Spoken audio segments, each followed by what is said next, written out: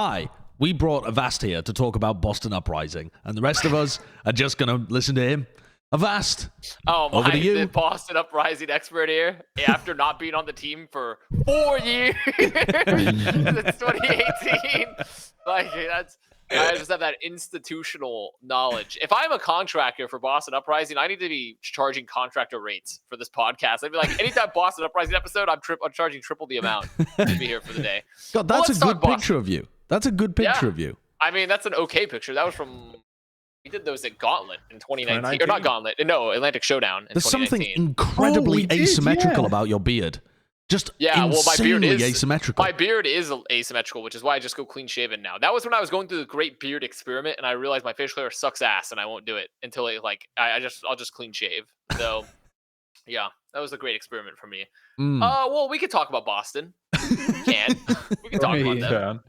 We can do that for this Boston Uprising episode. Where do you want to begin, Josh? Should we start with where? If we're going to talk about you returning back to Boston Uprising and commenting on them, then let's talk about the player returning to Boston Uprising as well. You know, let's start with the DPS line. You've got Stryker coming back to Boston Uprising. I never thought I'd see it happen, but Stryker and Huck reunited on this team, and oh me, oh my, what do we have here? There's been a lot of talk about Stryker, like, having... he got... I can't exactly remember the timeline of it, but he got benched or something towards the end of the season, and people were... Or he said he left. I can't remember what it was. Are you talking about for Shock or for Boston? For Shock. Walk me through the Shock situation. Didn't he mid-season retired? Yeah. Right. Yeah, he retired, but I thought there was some rumblings that it was like, not a forced retirement, but a disagreement within the team kind of scenario. Well, was it about Violet playing Cassidy? Because I could have gotten behind that. I don't think this is one of those things where you're not at liberty to say. All the parties are still active, so I don't know if we're allowed to go into the juice too much in that respect. Okay. You know, he retired mid-season and he's back. And have you ever seen two like male deers like lock horns grapple? Deers. Whatever the fuck they are. What are they called? Bucks? Stags? Yeah. Like, that's essentially what I imagine is Stryker coming back to Boston for this year with Huck. That's what I imagine here. Is like, Stryker says ready for round 2. And now here we go. I'm coming back. So I was surprised, but I wasn't that surprised because I feel like it was still a tough market. And like, honestly, it was kind of a tough market. Like, there's not that many spots in the league with the reduction in players, and there's more and more talent coming in, especially on the DPS sides, and Stryker just taking a bow out. So like, I think I wasn't super surprised, but I was pretty surprised when I saw this. It's an odd collection of talent that this team has. It really feels like it kind of feels like Huck is not buying the dip, because dip is the wrong word to use when you're coming into Overwatch 2, but investing more so this year than he has done in the past. Now, I'm speculating that based off the name value of the people on the team, but he's kind of picking up people that they're almost like just past their prime, but their value's starting to dip, but he's getting them while they're still pretty good. People like Marvel, for example, or MCD, or Stryker. These are people that a couple of years ago, we were like, oh, damn, these guys are either insane with Stryker or solid picks like MCD and Marvel. But you think this is the Los Angeles Lakers of 2022? I don't know. I'm interested in hearing your thoughts. Like, this strikes me as an interesting team. I look at this squad right here, this roster in front of me right now, and if you just like put your finger on your monitor over Stryker, okay, it looks like the Toronto Defiant. They scream Toronto Defiant to me.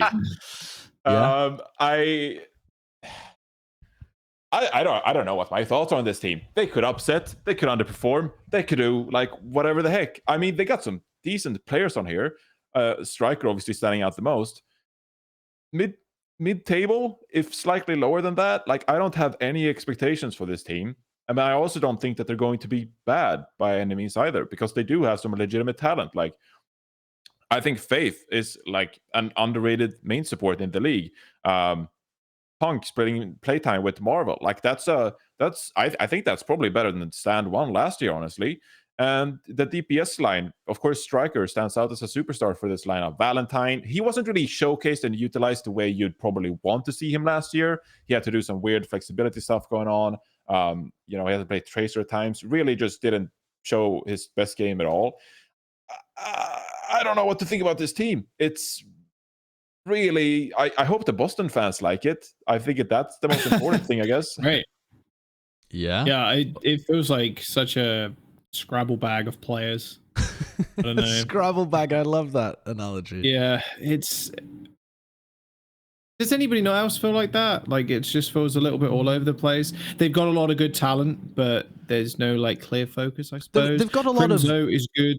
Faith, like you're saying, Johnny, I quite like Faith. I liked MTD for a while. Marvel, also good. Stryker, superstar player, but it's like, it's just nothing excites me. This does not bring me joy. Well, let me ask you this, Sideshow.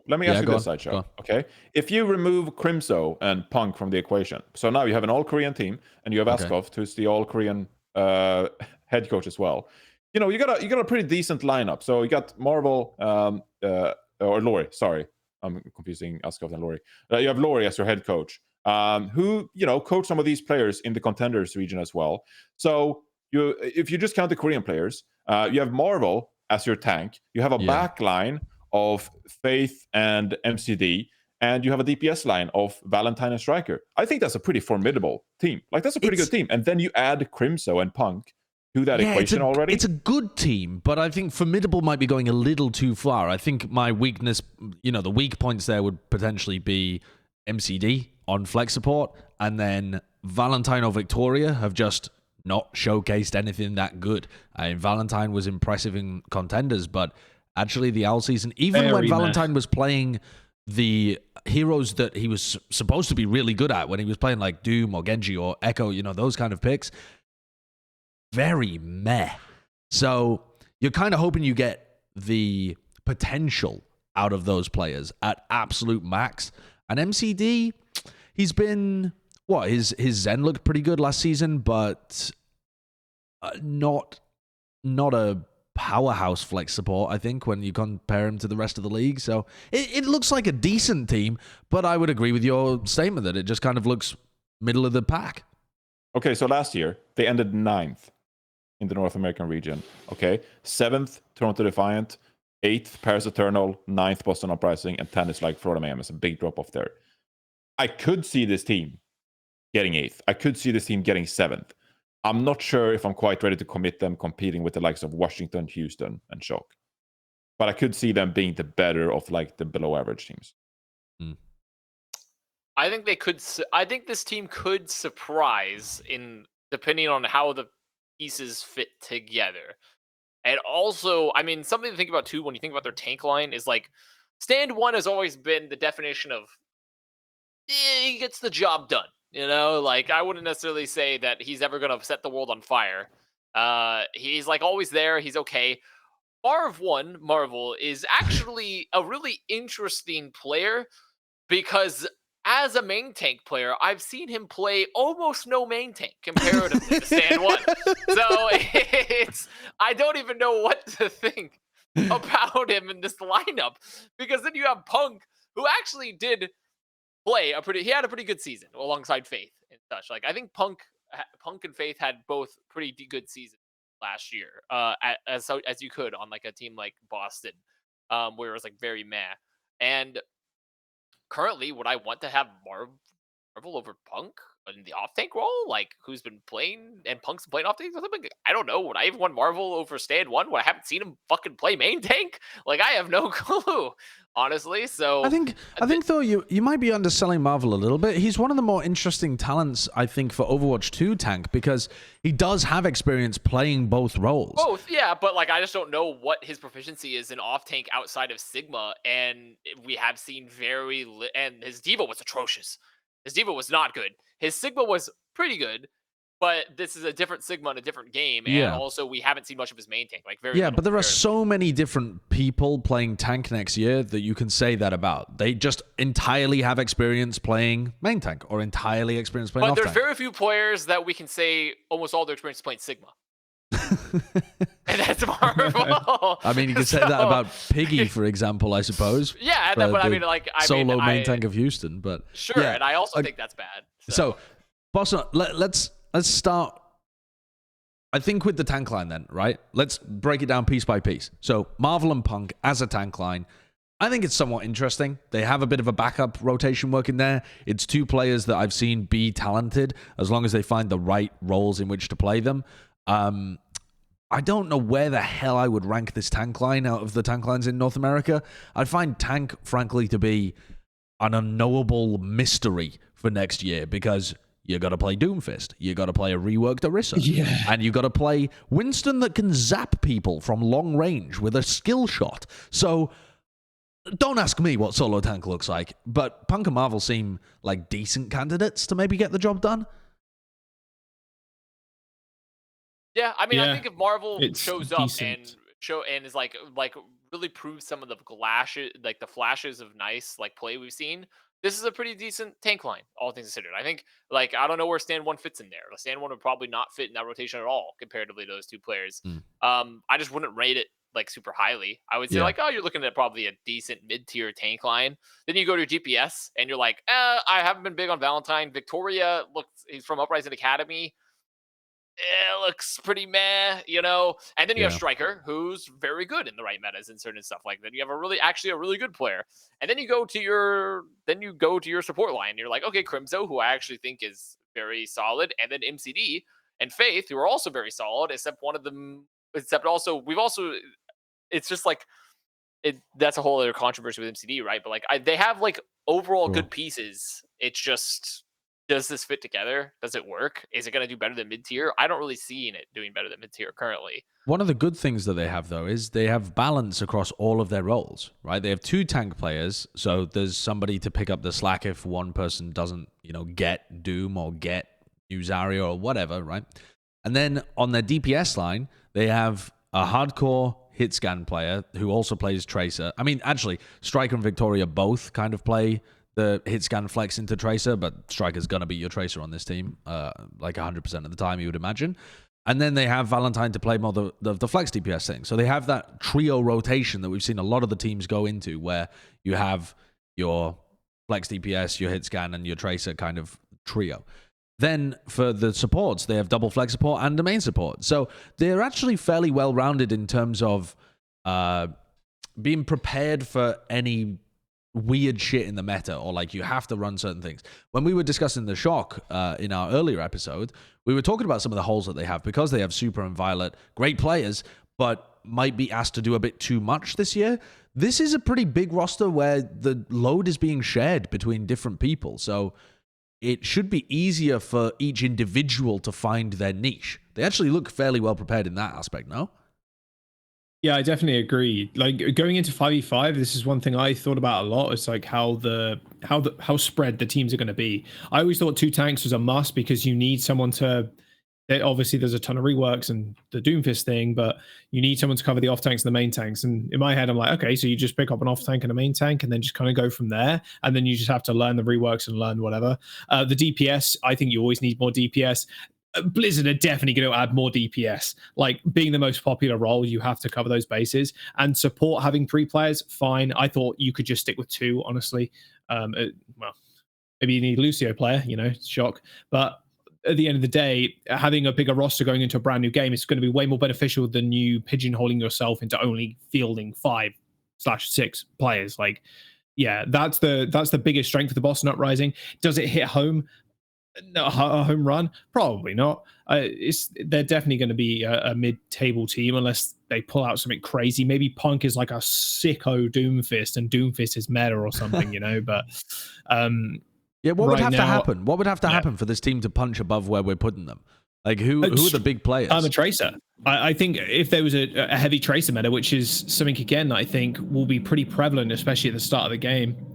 Because of the lack of peel for backlines, which means Stryker is just going to be enabled even more. And it looks like a more DPS-centric kind of game. I don't know.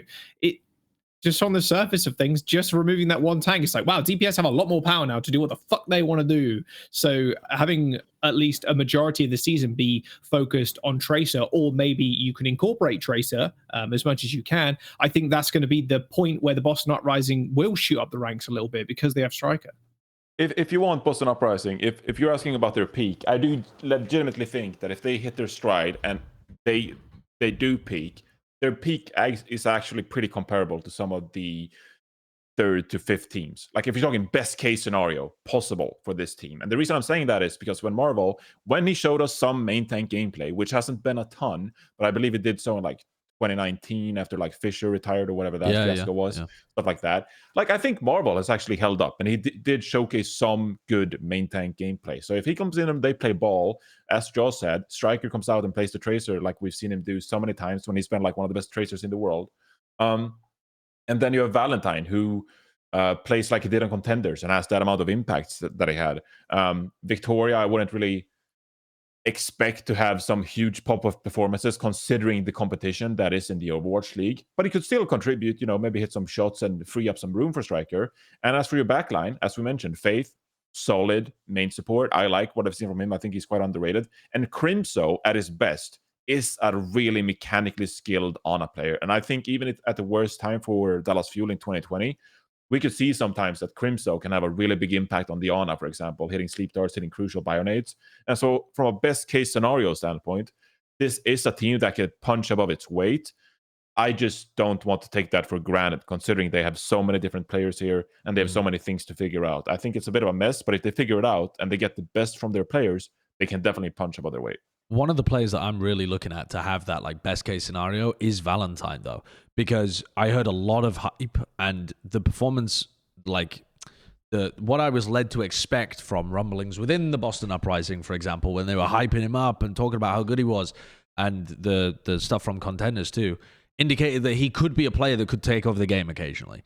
And I would say we saw zero of that. Maybe there were a couple of flashes that I'd forgotten about last year, but from what I remember, we saw zero of that in 2021.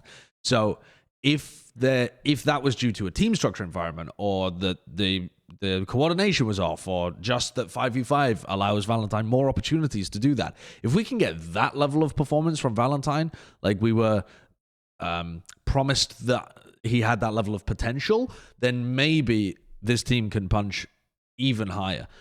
Here's something, though, that I'm interested in that we didn't really discuss much in our different team previews. The concept of people playing Sombra. Sombra seems busted with the rework. At least it did in that initial playtest. And then in Gumba's workshop mode, Sombra literally can't hack from stealth. It's just not a thing that you can program into the game. And so I assume that has led to nobody really scrimming Sombra. I don't know that for a fact, but in the games that I've watched, like I think there was like a Boston, was it Boston actually? It was some of the teams, like one of the scrims got leaked, and then there's like Shock playing against OW2. We haven't really seen Sombra being played in these scrims. So extrapolating from that, if you were running Sombra Tracer on this team, who the hell even plays the Sombra? Like, do you give that to Victoria? Victoria didn't play Sombra on his team before. That was Stella's job. So, I mean, do you give it to Stryker because it's the most DPS-focused, like, thing to do? Valentine? I don't know. If Sombra becomes a really powerful element and teams haven't been playing as much of it because it didn't work as well on Gumba's workshop mode, that feels like a big fucking curveball to throw in there into the beginning of the season that could really make or break teams. And I don't know who would pick that up here if they were running like... Because Sombra Tracer does seem to be a very viable meta comp that you could run. I guess it would have to be Stryker Victoria, but that just seems so limp to me, honestly, because I was not impressed watching Victoria particularly. He just looked like a like good to great contenders talent, but not an elite contenders talent, and probably a bottom owl kind of player. Like occasionally good, but probably bottom owl. Yeah, he definitely did not impress. I don't think he's like a hit scan talent. Like I would rather put Stryker on hit scan over him in the Overwatch League, realistically. But like the problem with Stryker is that he's also your Tracer player. Sure. So like that's the issue, is they do have a bit of a hero pool issue with this team, I think. But overall, like they're well rounded, at least. I will say for the most part they're well rounded.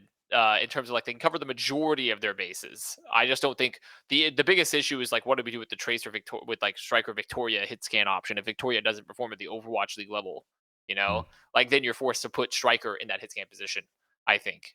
Yeah. But then he's also a Tracer. So yeah, a bit rough on them. Okay, who would we? What's the expectations for this team? We were talking like 7th through 9th. We talked in the past. I think when we were doing the London and Paris videos, which by the way, Paris is going to be playing from North America, and I assume London is as well. So that's a pretty big deal. But for these teams, getting to that mid-season tournament was the kind of bar that we set for them, which means you are top 8, right, in North America to get into the mid-season tournament. Is that correct? I think it is. I have to double check all of these format things. Phil. Yeah. Jonathan's looking at it for me. But if they were to make top 8 from this pack, which I don't think again includes NYXL, so there's actually, 13 teams top 8. here. Right, top 8, yeah. So there's 13 teams in the West. Add New York into this in your brains, right? All of these teams here, plus New York. Can the Boston Uprising make top 8? Are they expected to make top 8? What do you think when you're looking at this? I mean, the competition is kind of like the London, Paris, Vancouver. Defiant, maybe. Yeah, Mayhem. Yeah, Toronto. Yeah, I think they'll make top 8. I think they could make top 8 for sure, looking at this. Like, I don't have very much faith in... I don't have, like, a ton of faith in, like, the Spitfire or the Titans right off the bat, And then you have a bunch of teams that are like, who the fuck knows? So, what do you think about Florida Mayhem, Avast?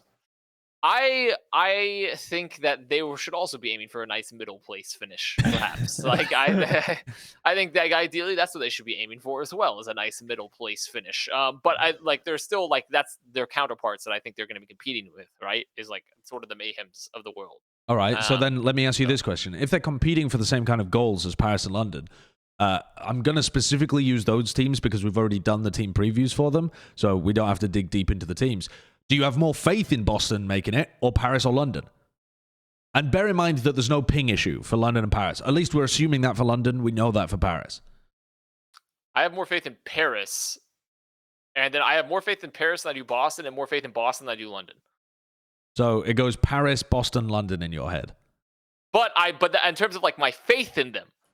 But if you're talking about pure roster talent, then like I think their Boston is probably like around averagely tied to Paris. I'd say. So why does that differentiate in your head? Why do you have more faith in Paris even though the talent isn't better? Just because it's like there's structures, comms issues, like hero pool issues, like there's a lot of other factors of like where it comes into fact. But actually, now that I think about, Paris also has a head coach that doesn't speak English, and that's like their primary language that they're communicating in. Well, yeah, we don't know that. Now they're just Boston. But I believe it was like I was talking to Gravy, and he was talking about how GMAC wasn't able, but like also maybe he's been proving his English since then, right? Okay. So like Fair it's enough. not even a guaranteed set in stone fact, right? Like he could be getting more like better at that. So to me, I just view both those teams. I view Boston and Paris definitely higher than London. That's my bet, my definitely set in stone. Okay, I go Boston above those two. Significantly? Not significantly, but I think. Not significantly, but I think Boston, especially with Stryker being a big difference maker for that team, is going to lead them to be better than Paris and London. And then I think some of the other parts are kind of comparable, I think. I don't know. I think Boston Uprising has some good... I think they have some good skill on this roster, honestly. It's just that like when you look at the top teams, like they have so much talent now in the league these days that you have to be extraordinary. Otherwise, you can't really compete with the top teams. But comparing to the bottom teams, I think that Boston Uprising has done a relatively good job at finding talent on every role. It's just that the league is so much harder. Right. So, I mean, Jonathan, what you're essentially saying there as well is they're favored to make the mid-season tournament. Like, they'd actually be one of the teams that you would expect to make it. Yeah. Okay. George, where's your head at with this team? Similar? I think they're pretty neck and neck, Uprising and Paris, Boston and Paris. I think they both beat out London. I think Paris, I'd give them a slight edge, just how well-rounded the team is. It can cover a lot of roles. Lucio players. There he goes. Thanks again. His mic's your back. Your noise gate is eating your words. Yeah, it is. My bad. Give me a second. I'll talk louder for the time, though. Yeah, I think Boston and Paris are pretty neck and neck. I do think Paris does win out in terms of all-rounded, like they can cover a lot more bases than Boston can. I just like going on, like they've got Lucio players, their tank line I think is pretty decent on Paris. They have Glister and Naga as well, which can cover a lot of the DPS. Sure. Paris, Boston on a good day, Stryker playing Tracer and just clapping your backline 24/7. Yeah, but Boston definitely. But if we do see Stryker fall by the wayside or Tracer's not as popular as some other picks, I think Paris do win out for sure. Paris, right. Boston, and okay, interesting. Well then, Boston Uprising fans, I think you can be pleasantly surprised with that. I really don't know where the Boston fan base's expectations are anymore, because they've been on a bit of a roller coaster journey. this team's interesting. All right, well, next week we will have different team previews coming at you, unless there's more Overwatch 2 news that drops, in which case we'll do that instead. But we're anticipating releasing team previews and continuing. Let us know which teams you'd like us to cover in the comment section below, as well as whether you think we're off the base with Boston Uprising and our expectations of them. We'll catch you in our next team preview, and we'll see you then. Bye-bye.